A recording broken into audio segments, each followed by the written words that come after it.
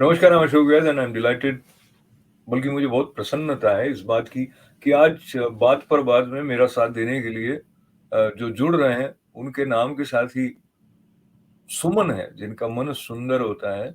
तो ऐसे प्रसून मिश्रा जी हमारे साथ जुड़ रहे हैं and we'll be talking in Hindi and English both. And there is a lot that one would say about Prasoon, but I'll briefly say that here is sannyasi in the corporate corporate world. I will qualify this sentence by saying that if you operate from the space of detachment, and then what comes out of you is the fragrance which is spreading through this gentleman. Prasoon ji, namaste, स्वागत है आपका. Namaste, Ashok ji. Yeah, So how are you, sir? pleasure to be here. Yeah, I'm doing great, Ashok ji. How are you? Very, very good. And I suddenly realize that we create our own boundaries.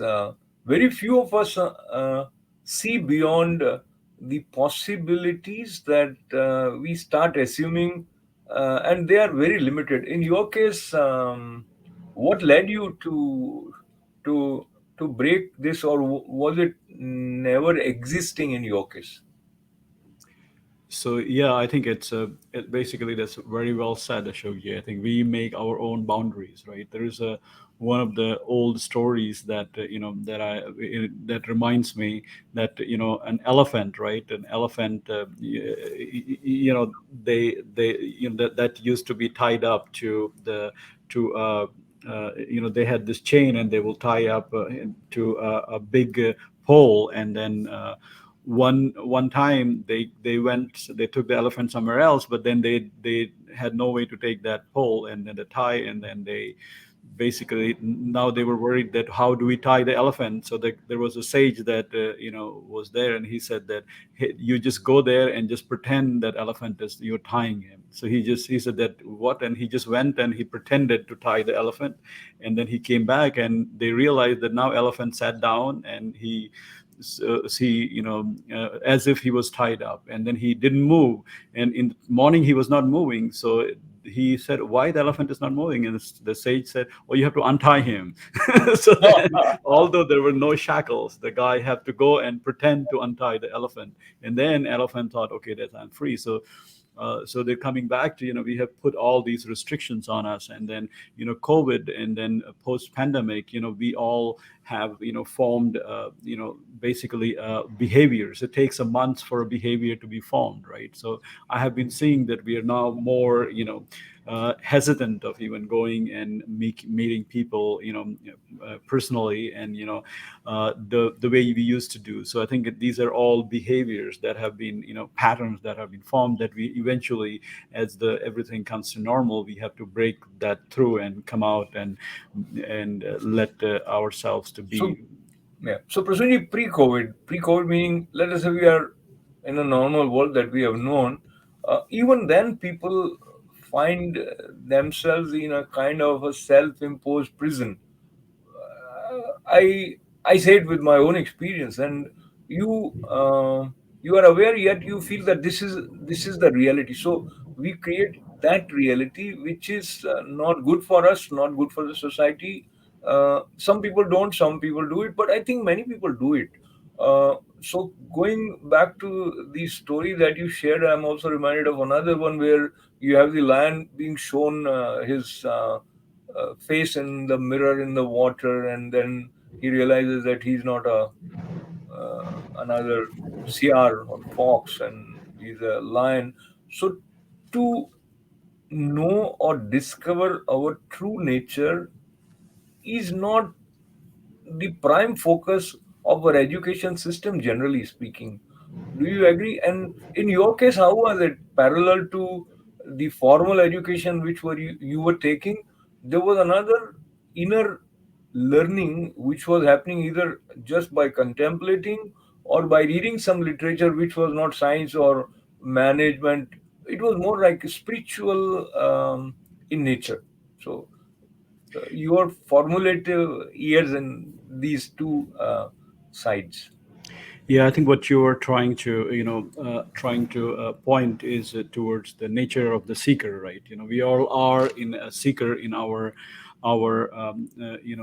beings, whatever role we play in the society, and we all have a role to play in society. So we have consciously, put those, boundaries, because that's how the society works, right? So everybody has a role to play in the society. But I think beyond that, there is a Sanskrit word is called Sanyog Vardhanam. Sanyog means coincidences, and Vardhanam means how do you increase, actually. So basically, how do you increase chances of serendipity? Things happening, in your favor, actually. So that's one thing where you open yourself and to the universe, and then basically collaborate and try to become part of the bigger vision, which otherwise you would have not, if you isolated yourself, actually. So I think that's the and then in my personal case, I realized this. So I have been a scientist, but also I'm very advent reader, and and basically learner, and I try to see everything from the lens of science, actually. And uh, to an extent that I realize that science has not come far to understand a few things, and that'll be understood in a coming 100 years. But by that time, I think you and I will be gone, Ashokji, right? And majority of people that are on this planet. So if whatever works for you, follow that. Actually, no matter if it's spiritual, meditation, yoga. The goal is that it should, whatever works for you, and whatever has been engraved in your genetically and epigenetically, in your by being a part of So family and yeah, society. Yeah, so yeah, yeah. let me interrupt. When you say whatever works for you, many years passes, people fail to find what is actually working, and if they find, then they are scared because others don't see them the way they see themselves. So you need a kind of strong conviction and courage to pursue what you feel is working for you. And allow me to mention one more thing, which becomes like a block, is, as I say, money is a necessary evil. So many times people feel that their whole focus, energy, thinking, meaning of life revolves around making money and taking care of the cycle of expenses, whether it is America or India. And parallel to this, we have the kind of environment which keeps on bombarding you with new products, and you want to buy them, and you have to kind of be at par with others. So in this sort of pattern in which our lives are being shaped, very few people are consciously respectful of the other need, which you were referring to. You want to say something about this? Yeah, I think it's a very interesting that you brought. So money is one thing that one has to realize, that money is a man-made commodity. Actually, it's a means of existence. Actually, it's a so it's that should not be the goal. The goal should be what brings meaning to your life, right? I think what gives you satisfaction. So if you are if you think you're not doing a meaningful job in your present thing that you are doing, then you are on a a wrong profession, actually. So the so from so that's what we are seeking. I think the Western civilization is too much driven by finding happiness, right? Happiness is transient, actually. And what we are really, human beings, are seeking is finding meaning. So the goal should be, money should not be the focus. The focus should be finding meaning in your life. And then if you do meaningful work, I come from Silicon Valley, and a lot of billionaires, and they live here, and they are, at certain point they even retired from, they realize what the money is and what money can and can't buy, and then they eventually went and started a school in rural India. They started so then that brought more meaning and happiness in their life, that and if you have a meaning, then your happiness is a byproduct of and then you have to basically kind of become a being where sadness and happiness doesn't move you. You are not moved by a joy. You are not suffering through sorrow. If you reach that equanimity, actually that's the position that you should. That, I think that's also a definition of a good leader, which where you are not affected by anything that affects so the emotional swings, stay away from the emotional swings, and basically do your karma that brings meaning in the life. So that's, I think that has helped me this and then has helped a lot of other folks, actually, Ashokji. Hope this is kind of attempts to answer your question. It is definitely, and this reminds me of Srimad Bhagavad Gita, where Lord Krishna talking about Nishkam Karma Yoga and equanimity again, Sama Shatraucha Mitraicha Tatha Manapmanayo. So having a kind of stability of mind or equilibrium, as you said, is not affected by sadness or happiness too much, etc. But now, when you have found wise, you are sitting in Silicon Valley, and when we are talking about detachment indirectly here, and we are also looking at your active role in the field which relates to investors and entrepreneurs, and so which is result driven, which is driven by desire to make money actually. Then how you put these two together? So if I say Bhagavad Gita in the corporate world or spirituality in the corporate world, how do you see they are not contradicting each other? Yeah, that's a very good question, and that's I think that goes to the core of our our how should we act and what should be our goal, right? So is so money is should not be the focus. So our as a collective, our focus is impact. Actually, how do we make more impact on the society? The one of the focuses is inequality, basically, and being a healthcare focus, how healthcare inequality in healthcare, as you have seen that during COVID times, whoever wealthy nations, they got vaccines. Those who cannot afford, they were not able to get vaccines, same as drugs, right? Actually, folks who can afford, they get quality treatment. Folks who were in majority of the folks in the world who cannot afford, right, they did not get that treatment and they died. So is this the world that is this your dream world? It's what is. So I think some of us got together and said, this is not the world that we want to live, actually. And we want to change, we want to make that change. And I think the way the society is organized, that money is the driver, so you have to create that amplify that goodness. And there's one way to do that is foster innovation. So innovative technologies, innovative companies, innovative people, individual innovative minds. So you have to invest in those innovative minds who will eventually create a deeper impact on the society. And these are, and I think making money is just basically a means to pay the salaries of individuals, to pay to amplify, to make the team, so that so that everybody is rewarded. So that's how the structure is created, the shares, and so to reward the collective participation. So, but then it's money is not a goal. The goal is to create a global impact and create a society that we all will be proud of. Actually, that's the goal. And that should be not my goal, our goal, but it should be everybody's goal, actually, and should be a responsibility of everybody as an individual citizen of this world. Yeah. So Prasunji, I take you to another reference and I come back to this, and that reference reminds us of Mahabharat.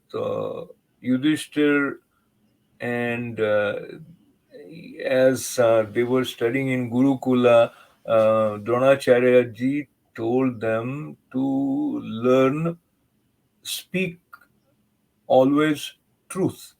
And he was the only last one to say that I didn't get it yet.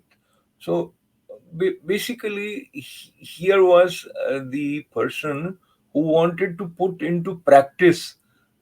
So remembering Sada Satya Bolo or speak always truth is easy, but to make it a part of your being, it requires something extra, which made Yudhishthir Yudhishthir. Now, what you are saying make a global impact. I can hear this from many people, and it is very easy to say these words.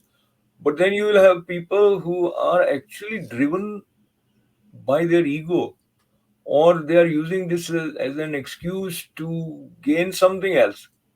So, my question again, on a very subtle level, uh, do you see many people are so transparent, honest to their declared objective, and they don't have something else hidden because this looks good to make a social impact? So, forgive me if it sounds a little more pointed. Yeah, I think that no, that's the and you have to understand that I think when you brought to the story and the goal is of the collective is that to create impact in society, and then over the years the impact investment have been increased in the society. So we are trying to see how we can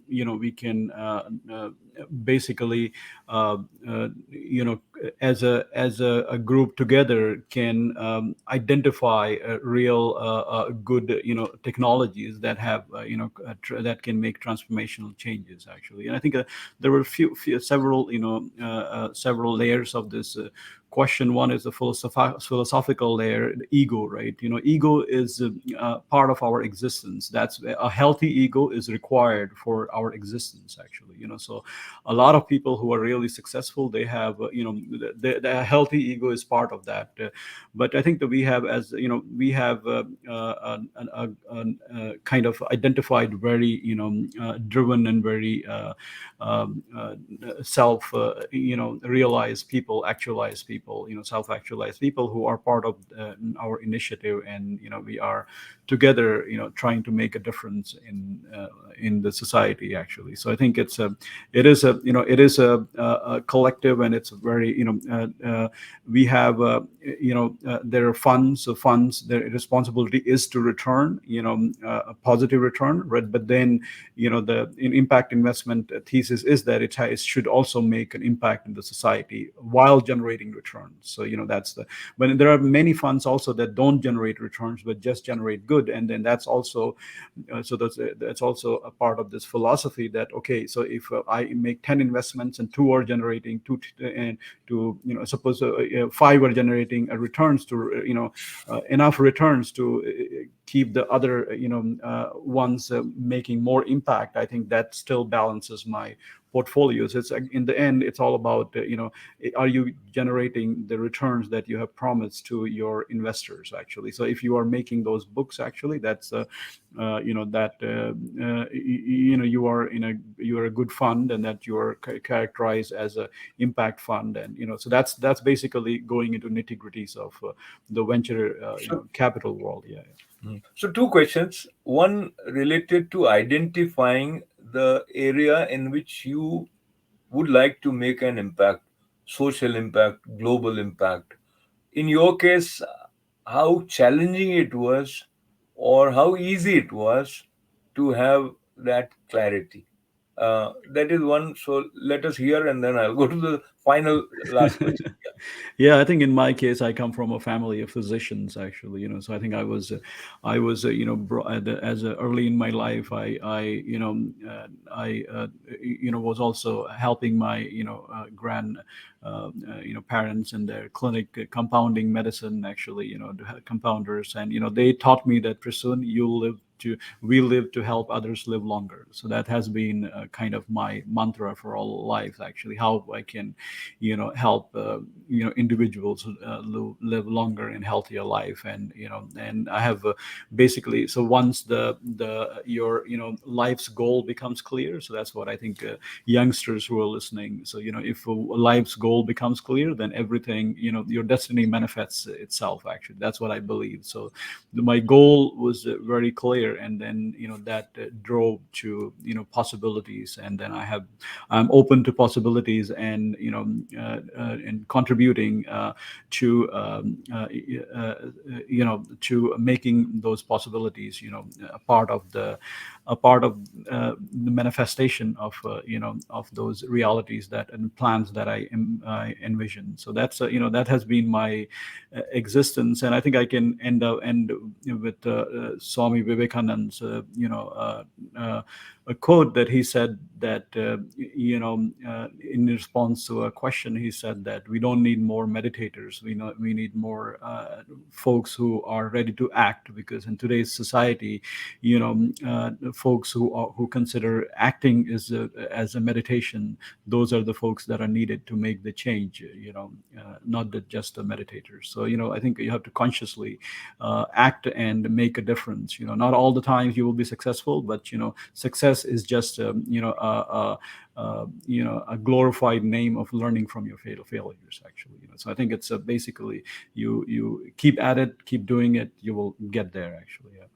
And the final question, Prasunji, so far, in terms of your journey, either with the main organization, which is the umbrella for WISE, uh, or in general, if the goal is to make an impact, then it is also um, relevant to measure how far that impact is actually being made, and maybe modify the course of action, or redefine the strategic steps that are being taken. So where do you see how coordinates are revealing you about the journey that you have taken? Yeah, I think that's the very important question. And in this, I think our goal is, we have a few fold, general goals that we made is, so for example, kind of how do we create a health equality. So how do we basically, create drugs that can be, distributed, at a very, cost effective manner into a population, and almost collaborate with governments. And how can we do it, distribute for free, so in the underserved regions of the country. So we are working on that. And then I think this is a and the measure is just because you have already contributed to distributing those drugs, and measure is how many lives that you saved. So that goes as a part of as a part of our kind of a data collection. How many lives you impacted, uh, with that amount of investment that we made. We would like our every dollar to go much further than the further. So we try to always collaborate with nonprofits, and other organizations who have their own existing infrastructure, as well as are ready to willing to contribute to our mission and amplify our mission, actually. Yeah, so I think these are some of the steps that we have taken at our end. So we actually, this one is last now, because I just realized many people feel that if you are spiritual, you are more compassionate and you have more space, so you don't care about your interests as much as some other guy would take. So people take advantage of you. How you see this playing out in the corporate world is one question, and another one relates to the ability to work with others. If there is spiritual awareness, again, it is kind of related to the previous one. So this, based on your own experience. Yeah, and I think if people are, if you are, you made yourself worthy that people, other people can take advantage of you, that's, an accomplishment in itself, right? But I think as Very well put. yeah, and but as a human being, I think you have to, you have to be willing. So you have to understand that leaders are those who, don't think about themselves. Actually, for them, their teams are, their family. Actually, it's like a father who is taking care of their family, or a tribe leader, right? Basically, you don't choose leaders to think about themselves, right? I think that's the so so that's why I think a leader is, one who thinks beyond, their needs. And there are many examples like Gandhi, right? The successful leaders have, even shrunk their needs, actually, that they don't have many needs, less sleep, basically, food, and other, basically abstinence from all the desires. So I think that's the but with that being said, I think if you are a leader, you got to also have cultivate a personal space for you, because what I believe, that the universe, implants idea in you. It's not that you who choose an idea, it's the idea that chooses you. So you have to basically give more time for that creative wisdom to manifest. So like, take it, individual long walks, do like, whatever works for you, meditation, spiritual, spiritual, practices, whatever you are, taught, and whatever is engraved, genetically and epigenetically in your, being. Actually practice that, and then, because it all starts with your core. So